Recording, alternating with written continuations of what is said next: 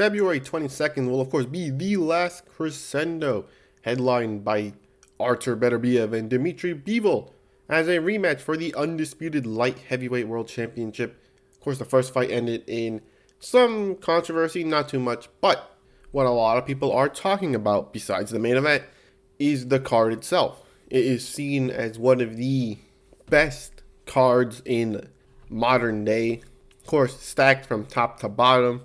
And each fight will be contested for either a full belt or an interim belt. So obviously a lot on the line for each of these fighters. And not only that, if you look at the money lines and also how people are talking about this card, there really isn't a mismatch. Of course, that one might be a little bit, but we'll talk about that later. Every fight seems to be a 50-50. No one's really going to look at you weird if you pick either or to win. But of course, some notable fights, of course, is Floyd Schofield challenging Shakur Stevenson for his WBC lightweight championship. The former world champion Israel Madrimov challenging Virgil Ortiz Jr. for his interim WBC super welterweight belt. And of course, the WBC middleweight championship is being contested between Hamza Shiraz and Carlos Adames. Very nice set of fights. Really good. It's going to be a really good night for boxing. But of course, the first fight, Joshua Buatsi versus Callum Smith for the interim WBO championship. Now, of course, Callum Smith, the former super middleweight world champion, is 30-2 with 22 wins by way of knockout. Quite a bit of power in his hands. Of course, he is coming off of the 5th round stoppage win against Carlos Galvin, 20-14-2. Not the best record, but of course, the fight before that, he was stopped against Artur Beterbiev for the unified light heavyweight world championship. So obviously, a nice bounce back fight. But of course, he has his hands full against Joshua Buatsi, who is 19-0, 13 wins by way of knockout, also known for power. Coming off of the split decision win against Willie Hutchinson, 18-1. A very good fight where he dropped Hutchinson twice. Also, he lost another point, which is weird how it was a split decision, but whatever, right? Of course, he also beat people like Craig Richards, Dan Aziz, and a bunch of good people.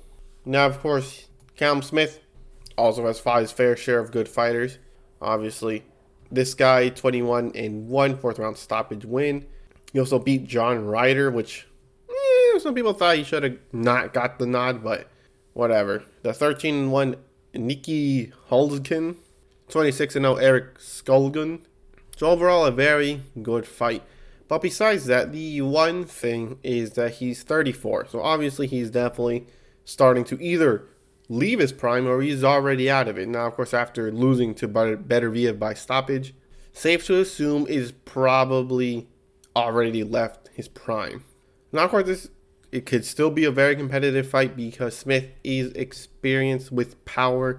He has seen almost everything you could see in boxing. He's been a champion. He has fought the best. Of course, Buatsi is the much younger guy fighting very good opposition. So unfortunately for Smith, Buatsi will probably win against Smith by decision because Buatsi struggled with Hutchinson. But don't get me wrong, he dropped him, but he was struggling a lot with Hutchinson. But the thing is, Hutchinson is very awkward, very peculiar type of boxer, right? He gets these weird angles on you, and he's overall a very slippery fighter, so it makes sense why he would struggle. Callum Smith is more of a, you could say, traditional boxer, where I think Buatsi will do a lot better. Give me Buatsi by unanimous decision.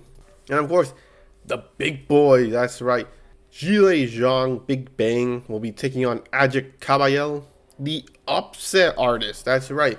Caballel is 25-0, 17 wins by way of knockout. He is coming off of the 7th round stoppage win of Frank Sanchez. That's right.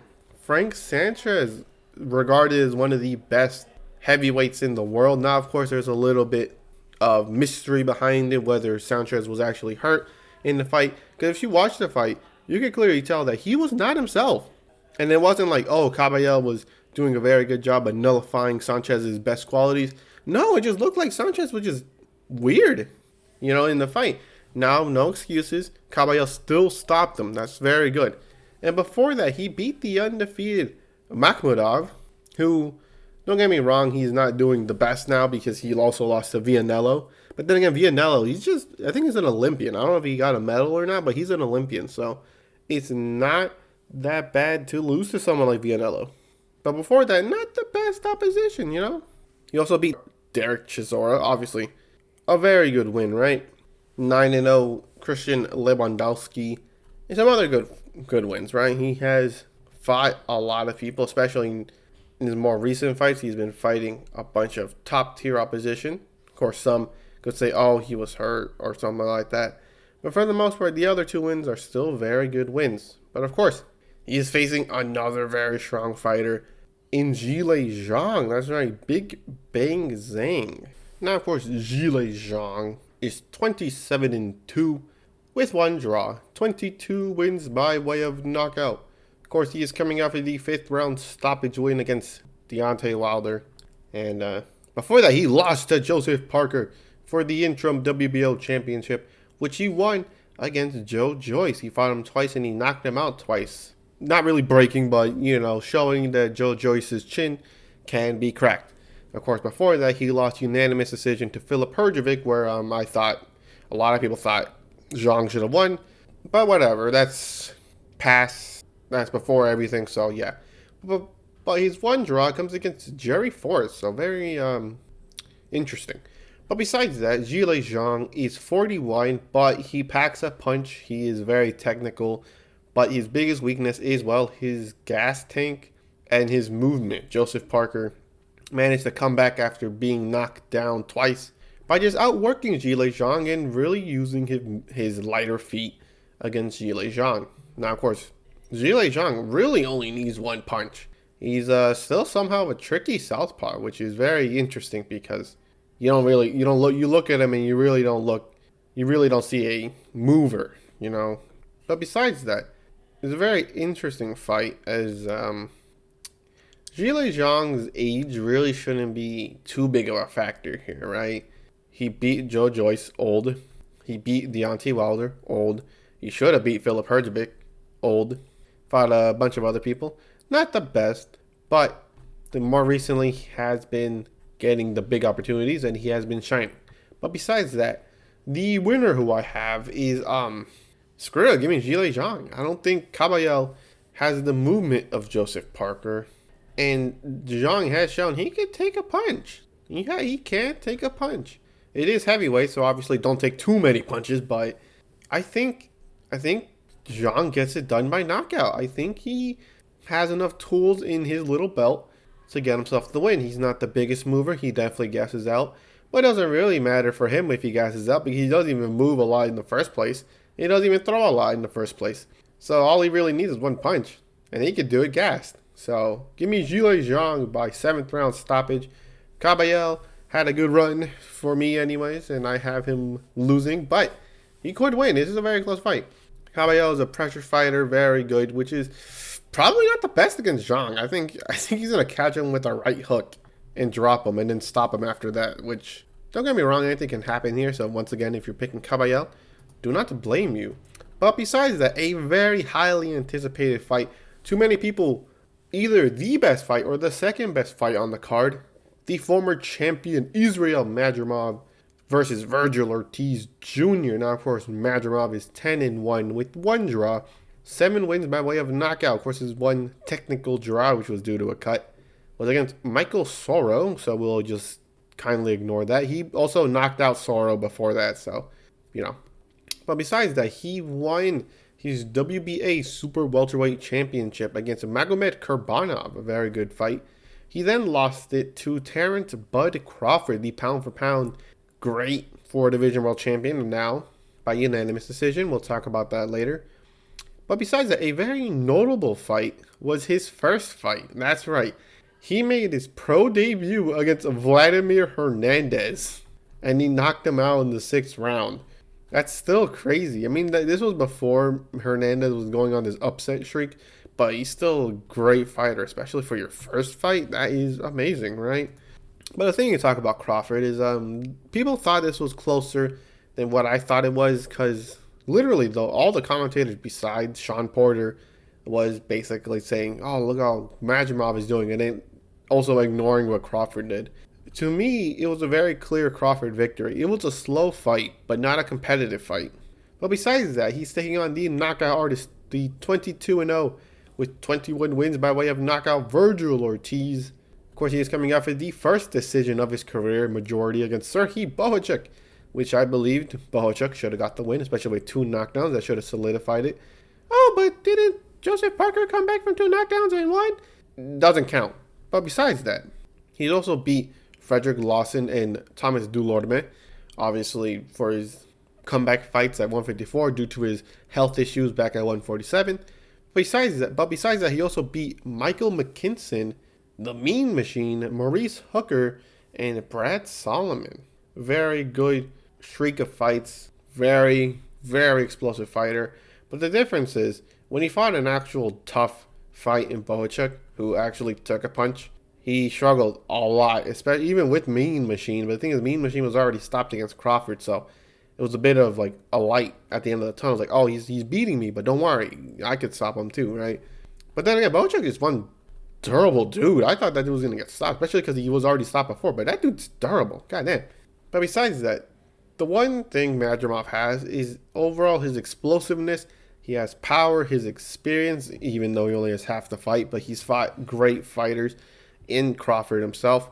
Obviously, it was a loss, but there's a lot to learn in losses. Now, of course, Virgil Ortiz has fought his fair share of good fighters, but his best one is, of course, Serhii Bohachuk. A very, very different fighter from Madrimov. It is very tough. It looks like it's very tough to train for Madrimov, as he just crazy, you know?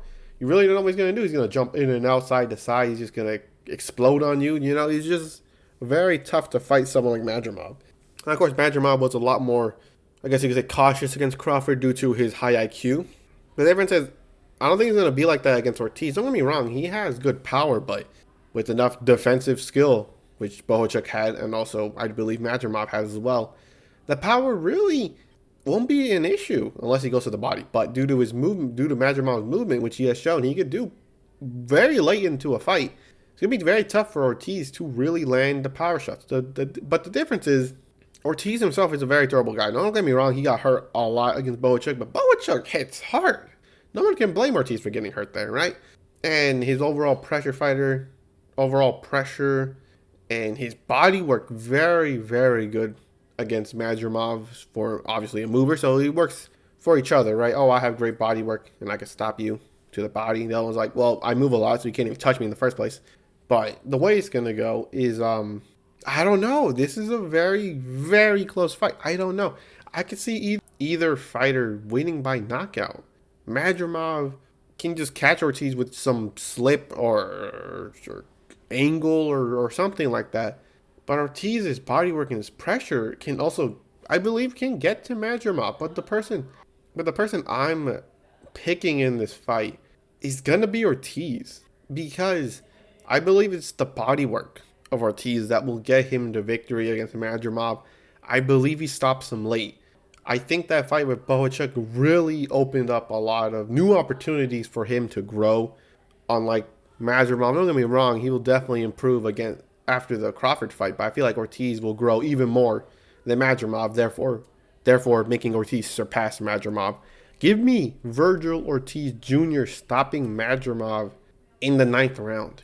Very, very great fight. I'm looking forward to this. I don't know if it's the official lineup, but I wish this one was higher. Definitely up there, right? But besides that, the WBC title will now be challenged, or will now be fought for, with Carlos Adames defending it against Hamza Shiraz. Now, of course, Shiraz is 21-0, 17 wins by way of knockout. Of course, he is coming off of the 2nd round stoppage victory against Tyler Denny. Very, very dominant win. And of course, before that, he fought Austin Emma Williams, stopping him in the 11th round. Also a not that competitive fight. Hamza Shiraz definitely shocked me as he stopped Austin Williams. But before that, he also beat some other people like River Wilson Bent, Dmitro Mitrofanov, and this guy, 15-1. Right? He's fought his fair share of good opponents, and when he fights these top oppositions, he passes it with flying colors. But of course, he has the WBC champion, the Carlos Adames, 24-1, 18 wins by way of knockout. Of course, his one loss was against Patrick Teixeira, the former champion. Of course, he fought for the interim title, which then I do believe Teixeira was elevated. But someone might have to double check that for me, right? But he's also beaten people in his middleweight debut was against Sergey Deverenchenko. He then stopped Juan Macias Montiel. He then also stopped the former unified super welterweight world champion Julian J. Rock Williams. He then went unanimous decision against Terrell Gausha, which I do believe was a lot closer than what the scorecards says. Now this one was also a very slow fight, but to me it was a competitive fight because Gausha is a very good fighter. He knows how to slow down fights. Very good, experienced, crafty veteran, which is why his fight with Elijah Garcia, very close fight. I don't know who to choose in that one, right? But besides that, Carlos Adames is I like to say, a prototype Teofimo Lopez. As Adames really fights like in your way. He fought in Gausha's way, he fought in Montiel's way, he fought in Williams' way, and he definitely fought against Deverenchenko in like Deverenchenko's way, right? Like he can fight your fight and beat you in it, right? He's fought slow fights, he fought fast fights, he fought wars.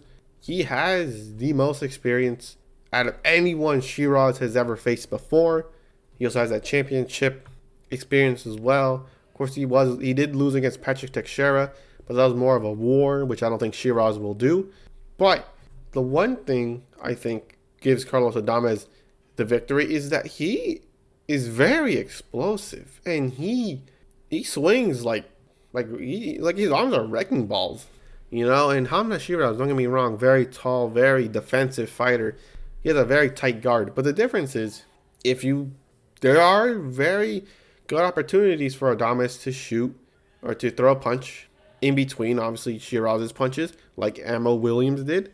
But I think the overall kookiness of Carlos Adames' style will give him the edge against Hamza Shiraz. Now, of course, Shiraz, very explosive fighter. But the difference is Adames has the power. He has the footwork. It may not look like it, but he has footwork. And he has the experience and the resume to really give him the edge. Now, of course, the one bad part, obviously being a PBC fighter for the most part, he hasn't fought them all. He fought like once a year. But at the end of the day, when the lights are bright, Carlos Adames shines brighter, right? And that's what I'm banking off of. That's what I'm betting on. That Adames will rise to the occasion like he usually does against these very explosive fighters. And I think he stops Hamza Shiraz. I think he stops him. I'm going to say a very, very great fight, but I got Adames stopping Shiraz in the 11th round. Very good fight. Very explosive fight as well. But, of course, I got Carlos Adames defending his belt. Maybe unifying with Janimek. I don't know. There's the whole thing that they're ducking him. I don't know. But besides that, the WBC lightweight world champion is, of course, being fought for by Shakur Stevenson, defending it against Floyd Schofield. Of course, Schofield is 18-0, 12 wins by way of knockout. He is coming off of the unanimous decision win against Renateas Giron. 20-3, a very good fighter. He has upsetted a few people, so this is not that bad of a win. Actually, it's a very good win, actually. He also beaten people like Jesus Valentin Leon, Esturi Suero, very nice wins. But besides that, he's fighting arguably one of the best fighters in the division, Shakur Stevenson, 22-0, 10 wins by way of knockout. Of course, he is coming off of the unanimous decision win against Artem Hartunian, 12-1. Very dominant fight. Obviously, he was a lot more aggressive in this fight than he was against the fight before against Edwin De Los Santos for the vacant belt, where I don't like being too negative, but that was a very embarrassing performance. You can say about both fighters, but you know, it's kind of hard to fight someone that really does not want to fight, right? But then again, I don't know. I'm not a fighter. But he has also beaten his fair share of people as a 3-division world champion. He beat Shuchido Yoshino, Robson Conceição, Oscar Valdez, Jamel Herring, Jeremiah Nakatia. Very nice. Like I said, he is a 3-division world champion. And he also beaten people like Joet Gonzalez. He has fought in 3 different divisions, and he has arguably fought the best in each division. Now, of course, lightweight It's his newest division, so we'll have to wait a little bit more. But Floyd Schofield is a very good start. Now, of course, the whole thing is that Oscar De La Hoya really did not want to make the fight between Shakur Stevenson and Schofield because Schofield is young. He's a very young fighter, you know. You really don't want to throw them into the deep water just yet. But from what he claims, he heard the passion and the confidence from the Schofield team and decided, well, if that's what my fighter wants, that's what I'll get him. And now we're here. And the thing is, they're not wrong. Schofield had a very good chance of upsetting Shakur Stevenson. It's the same thing with De Los Santos. De Los Santos was a very explosive, very technical, light on his feet fighter. But of course, Shakur Stevenson nullified it mostly by just going backwards and not throwing punches. But whatever, who cares? But Schofield is around the same. But the difference is, I think Schofield has a slightly better jab than De Los Santos. De Los Santos is definitely stronger. But I think Schofield has a more technical jab, if that makes any sense. He's explosive. He has some pretty good defense, and he has been evolving throughout his fights, so he's only getting better. Of course, with this being the biggest fight of his career, yeah, he could rise to the occasion, but the difference is very, to a lot of people, it's very unlikely because Shakur Stevenson has been, marketed as the next great fighter, the pound for pound king, right? But the difference is Shakur Stevenson could win but also lose because if it's another boring fight, that basically kind of just shuts down the whole pay-per-view thing. So, maybe he could be the best in boxing, but definitely not a ticket seller. But besides that, the way it's going to go is, you know what? I'm a join the hype train. Give me Floyd Schofield by upset. I don't know why. I see it. I'm a manifest it.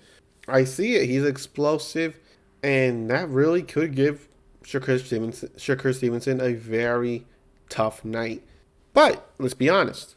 It's Shakur Stevenson we're talking about. He's very good at nullifying offense, and he knows he's a very accurate puncher, even though he doesn't, a lot of people like to say he doesn't like to let his hands go.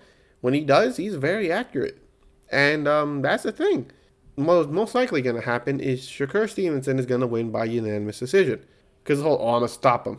No, he's not. He's not going to stop him. I don't know why he's saying that. Why are you lying to your fans?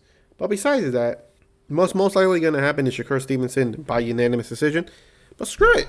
Give me Floyd Schofield by stoppage. 6-round stoppage. Give me that. I don't know why. I'm a manifest this. But besides that, the co-main event will be Daniel Dubois defending his IBF championship against Joseph Parker, the former WBO champion.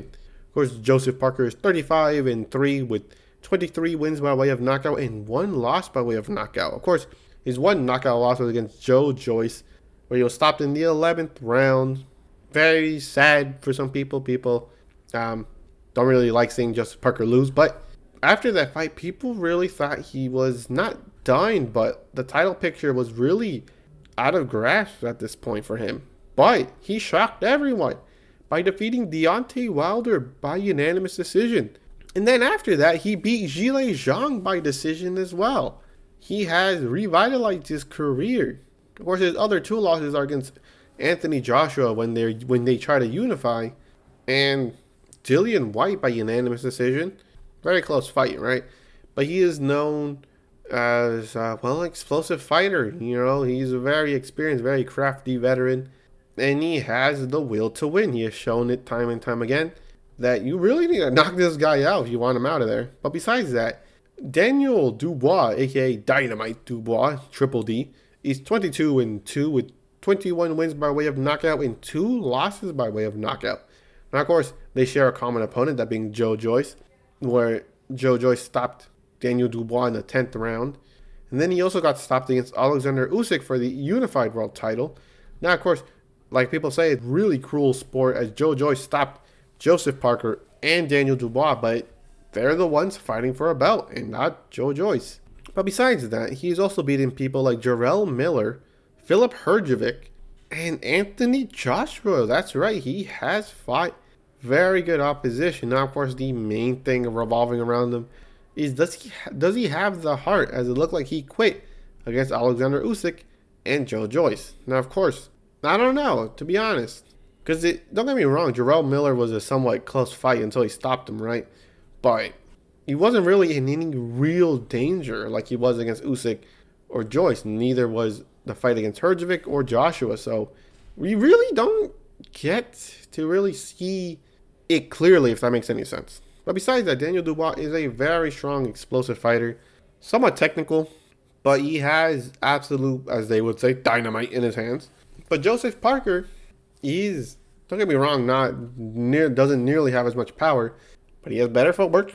He can take a punch. Of course, he was stopped once, but that was against Joe Joyce. So, whatever. And he has the experience and championship pedigree to pull off an upset once again. Now, of course, I like Parker's chances here.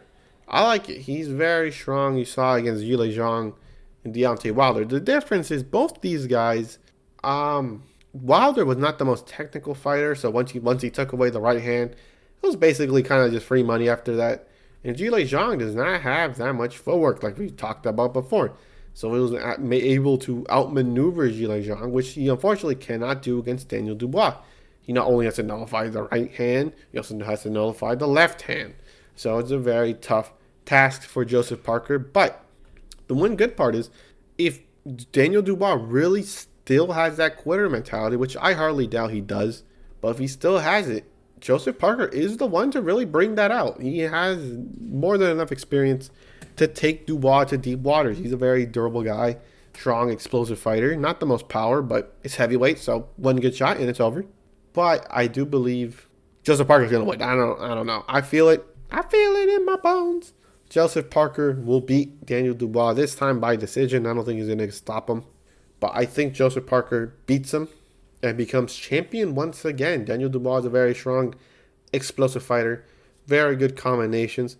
But I guess you could say he's stiff, which I do believe Joseph Parker can exploit. But we'll have to see Saturday night. But now, of course, the main event of the evening. Artur Beterbiev versus Dimitri Bivol for the undisputed light heavyweight world championship. Now, of course, Artur Beterbiev beat Dimitri Bivol by majority decision, stopping Beterbiev's 100% knockout streak. In a very close fight, some people thought Bivol should have took it, but it was that close of a fight. Now, of course, Dimitri Bivol, the former WBA champion, is 23-1, 12 wins by way of knockout. Of course, before losing to Beterbiev, he stopped Malik Zinad by in the 6th round. He also beat Lyndon Arthur, but his best wins against Gilberto Ramirez and Saul Alvarez. Now, of course, we already talked about this before, in that Beterbiev has better wins than Bivol. Even if you were to include Canelo Alvarez and Zerto Ramirez, he has more top 10 wins, I do believe. That's why I said.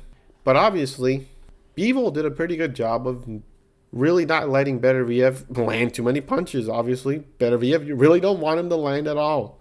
But of course, Beterbiev is 21-0, 20 wins by way of knockout. But before beating Bivol, he stopped Callum Smith.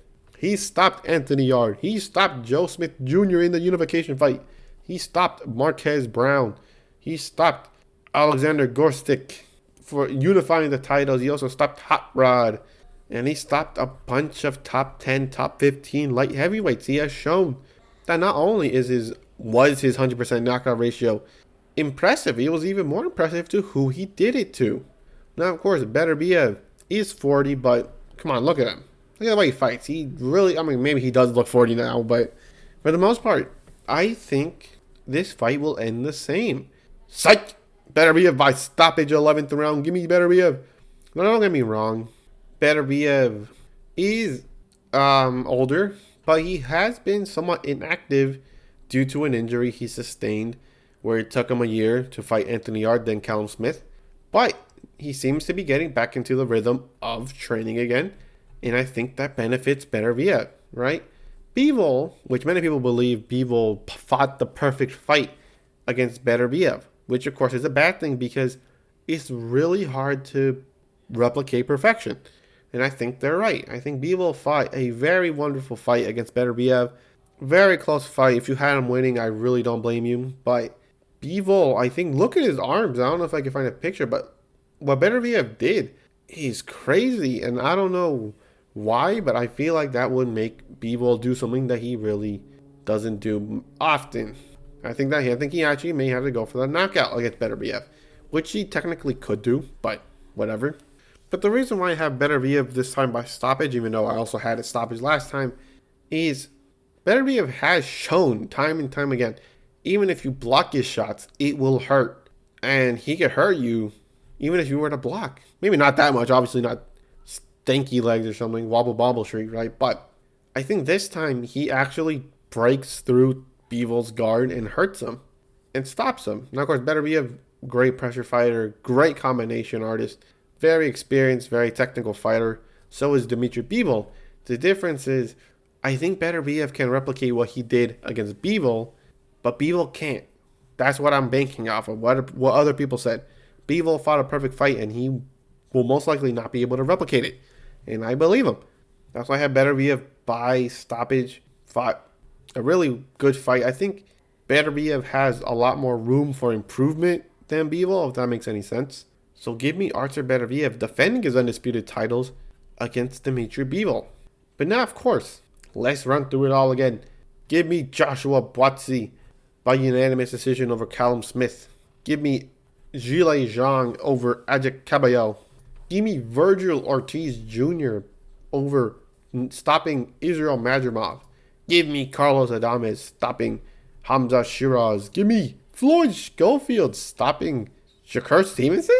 Give me Joseph Parker beating Daniel Dubois by decision.